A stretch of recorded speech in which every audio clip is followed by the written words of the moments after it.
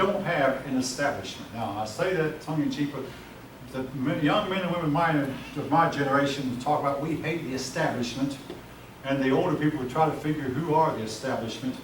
There is no establishment in America. No, I'm not part of the establishment, especially since I don't think the establishment exists. The establishment, that was the hereditary nobility, but anyway. All right, they set up a constitution, elected a president. It guarantees, I mean, the Constitution has a Bill of Rights. Guarantees freedom of speech, the right to, and this one's controversial, the right to bear arms. I'm not going to ask you to memorize a Bill of Rights except for maybe, all right, I'm going to say this about freedom of speech, folks. There really is no freedom of speech. Your speech will determine whether you get a job during an interview or whether you don't. Your speech will determine whether you get elected if you run for office or whether you don't. Your speech will determine whether you keep friends or make friends, or whether you get married or whether you stay married if you get married. You've got to be careful what you say. Again, there is no free speech. There's responsible speech. But in a democracy, yeah. Wouldn't it be a more aptly named thing to say with that is no censorship of speech? Sure, they can censor it, you know, if it's just generally deemed. Yeah, but believe me, that's impossible. I mean, there is some censorship. Like, for instance, a few years ago, there was a mass shooting that killed 26 elementary school kids in Connecticut. And now somebody is saying this didn't happen. Well, he's being sued. I mean, the man who says it's being sued. I mean, personally, I believe it did happen. I mean, it's real. But there's some things you just simply cannot say. Oh, well, a college professor made the remark that this was all faked and it was all staged and it never really happened. He got fired. You know, again, there's some things you just cannot say. And believe me, I'm much aware of it. And some of the things that I really know I cannot say, I really want to say. Your speech can backfire on you, yes. And also now, even more so with social media, where people feel the liberty to whatever comes to one's mind. 70 policemen have been say. suspended. And what happens is, I don't know if people don't understand that, you know, with that medium, which in some ways is very positive. I have nothing against Facebook. I don't think, oh, Facebook's the devil and all that. I don't ascribe to that thinking, but I will say that wisdom says, in the climate that we live in now, you can't just put anything out there. Like, you can't just, no matter, I mean, you're going to run the risk of, a person's going to run the risk of causing their own demise quickly, because things just go viral quickly. I mean quickly. Like, oh yeah, well, before it used to even be that way. You know, you could say something and it would just be totally. But be careful what you write down. When you write something down, I mean that's right. But also, like I said, 70 policemen are being suspended because they put things on Facebook that were racist and anti-Islamic. I mean, I don't know if any of you are aware of this or not. This just happened. In fact, it's going on right now. If any of you have heard of it, but again, they're suspended and may be fired permanently. They actually did put the post on Facebook. I mean, you know, that's. Right. And I spent more than a year off of Facebook, but I got back on it a couple of days ago. My oldest daughter moved to Disney World, and I'm trying to keep up with it. But I mean, I stayed off of it. And no, let me tell you something else. Anything. I mean, when all of you were too young, but when television first came out, right. People said it was of the devil, and it caused crime, and then, you know, and perhaps it did with some people. It made suggestions of how a young kid might try to get away with a crime. I mean, because it featured outlaws a lot of times. Anything can be used. Now, let me say this about my Facebook account. None, I mean, I did not get married until I was 39. None of my old flames are on Facebook with me. I mean, I'm not friends with any one of them. Go ahead and laugh. Well, that's okay. Nor will I ever be. We're not laughing at you. Go ahead and It is laugh. comical. Yeah, I mean, I'm not Facebook friend. And then my wife is Facebook friends with some of them. Right. I am not. I have nothing to do with it. I mean, you know, yeah, I mean, okay. Right. I mean, I leave them alone. Now, one of my brother's girlfriends is on Facebook, my Facebook page, but I never talked to her. I mean, anyway, but I left that alone for about a year because I just don't find the time for it, even as a retired person. My wife said, "Oh, you're too busy learning a pupil's name, and you're too busy with your college, you don't have time for anything." Yes, but I also have to mow my own grass and, you know, and things like that. It takes up a lot of time. Right. You know, yes, I can still work, but I have to rest more frequently than I did when I was in my 30s. Anyway, all right. But speaking of Facebook, I mean, some of you might be aware, might have heard, Facebook has broken up a lot of marriages. That's something else too. All right, anyway, First Amendment, freedom of speech. Freedom to peacefully assemble, that sometimes comes into question because a lot of assemblies become, well, you have to get a permit in order to assemble, and sometimes the government will deny your permit. Right to bear arms. All right, I've got to elaborate on that one. A lot of persons are against guns. I have been told recently that in the land of Sicily, you know, Sicily is right off the toe of Italy, completely surrounded by water. So the water makes for what you might call a wall. I mean, it's an island. In the land of Sicily, everybody carries a gun in the open. And they have never had a mass shooting or a terrorist attack. If you don't like what it is said, I don't like it either. Nevertheless, this is what I've heard. And the mass shootings take place, I mean, the mass shootings don't take place in gun stores where every employee there has one. The mass shootings take place where they think there is no gun. Like this elementary school that killed a bunch of 26 young kids. And all the teachers were female, and nobody had a gun. Well, the mass shootings end when the men with the guns come out. It took, by the time the men with the guns came out, well, they ended the mass shooting all right. 26 innocent kids were dead. As for the shooter himself, he was killed also. All right, freedom of assembly. Oh, yes, no quartering of troops in peacetime without the consent of the owner.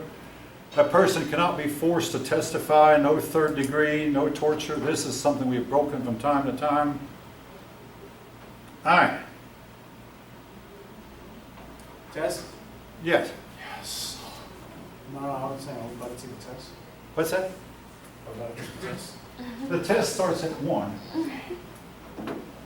Okay. Yeah, I mean, the test. Yeah. Now, I don't know what time you have, but both my watch and that clock and my computer said it's about 12 minutes till 1. The test starts at 1. Okay, moving on. French Revolution. The French Revolution got their ideas from our revolution and thought, well, hey, if they did it, we can do it too. But folk, there were a lot of differences. Now, if you ask any American today, was the American Revolution right? 99% of the Americans will say, oh yes, that's obvious. And one history book that I had, one of my high school history books said, war is costly, barbarous, wasteful, and cruel, but if there ever was a war that was justified, it was the American Revolution. The grievances were real. The king really was keeping, I mean, the law about taxation with representation, that law was some 600 years old back in Great Britain. The law that a person had to be tried before his peers and his local, that was about 500 years old at least, maybe older. So basically we were trying to make Great Britain keep the laws that were already on the books. But the French Revolution, the people there are still divided. You ask 4 Frenchmen about the revolution, you might get 5 different opinions on it. I mean, really, they're divided. The French Revolution also took some really, really, really ugly turns that the American Revolution did not. Now, essentially, what we had going on in France, and regrettably, folk, one of the things that led to the French Revolution was when the King of France, Louis XVI by name, decided to help the colonials, it broke up his treasury. Up until this time, France had been prospering. Then, France went through 2 bad harvests in a row. A farmer cannot predict what's going to happen to his crops. You plant his crops and hope the rains will come in time. And hope. Now, I don't know if any of you are aware, I am. We went 3 whole weeks from here, just this year, without rain. From May to early June. We went 21 days. But I don't hear that, because before that we had a big rain, and then of course when it did rain, it rained pretty big. They're predicting we're going to get a lot of rain in the next few days, but basically a farmer is at the mercy of the rains. We're at the mercy of the temperatures, none of this which he can control. Well, they had 2 bad years, and a lot of persons then began to blame their king. The king and also his wife. Queen Marie Antoinette was a really, really lavish spender. She built a park one time where that she and her top maids, top nobles, women, would pretend to be shepherds, and they would tend to sheep. Because, I mean, let's face it, a lot of times these kings and queens wonder what it's like to be an ordinary person. And more than once, a king will leave his palace and dress like an ordinary man, and you might say, go and do the town. When Queen Elizabeth II was young, it's been rumored that she did that. And one person said to her, hey, you look like the Queen. And the Queen, just in disguise, the Queen said, oh no, the Queen is really much prettier than I am. But a lot of kings will go and around the town incognito and trying to be unrecognized. But anyway, Marie Antoinette tried to pretend for a while that she was a shepherdess, but the park cost billions of dollars. In addition, the queen was of Austrian birth. She was a daughter of Maria Theresa, the Austrian queen. And she got the nickname of the Austrian, which was not complimentary. But something else happened that she had no control over. Someone disguised herself as the queen and went and bought a diamond necklace and said, hey, I'll pay for it. Well, they sent the bill for the necklace to the queen, and the queen said, I did not buy this, I'm not paying for it. This was called the diamond necklace affair. They never did find out who the real culprit was, but we are convinced now the queen herself did not buy it. In fact, she had an alibi that shows she was not out that night. Nevertheless, she became very unpopular, didn't help matters a bit.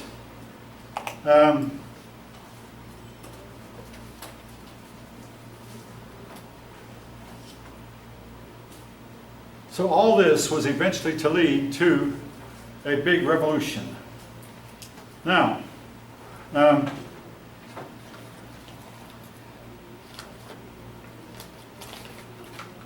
make a really long story short, now, I mean, you know, I had the school had a VHS tape one time that I used to show that would take up about 70 minutes.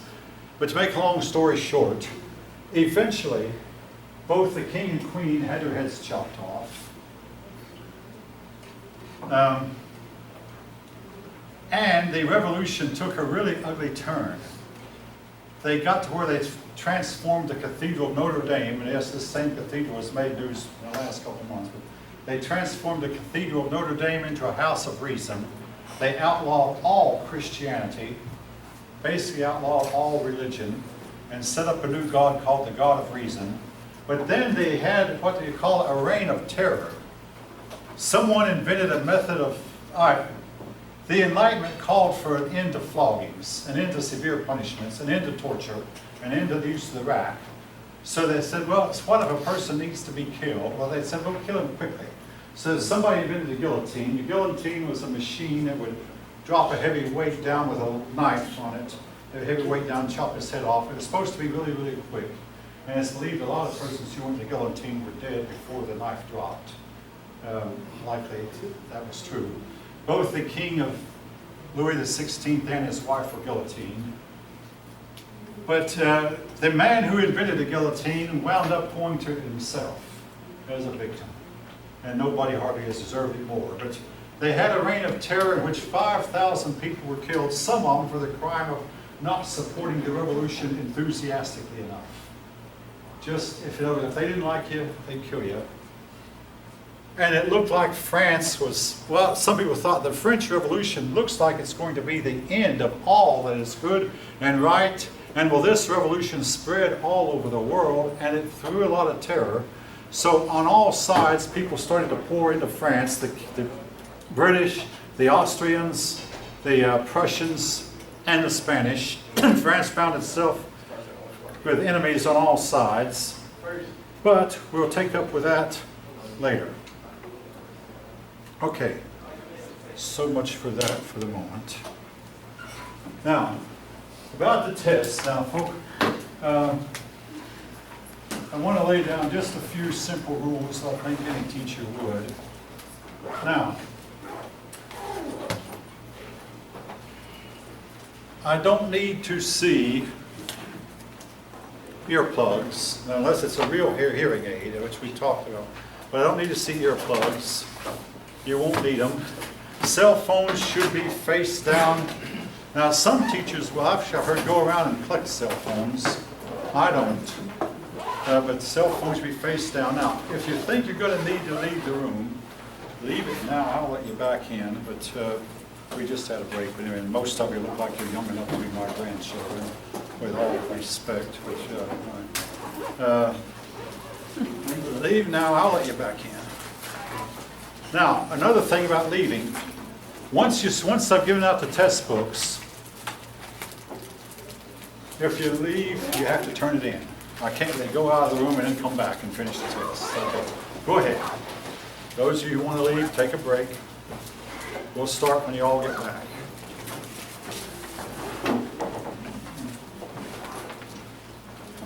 I'll just take a quick restroom break. Yes. Okay. Yeah.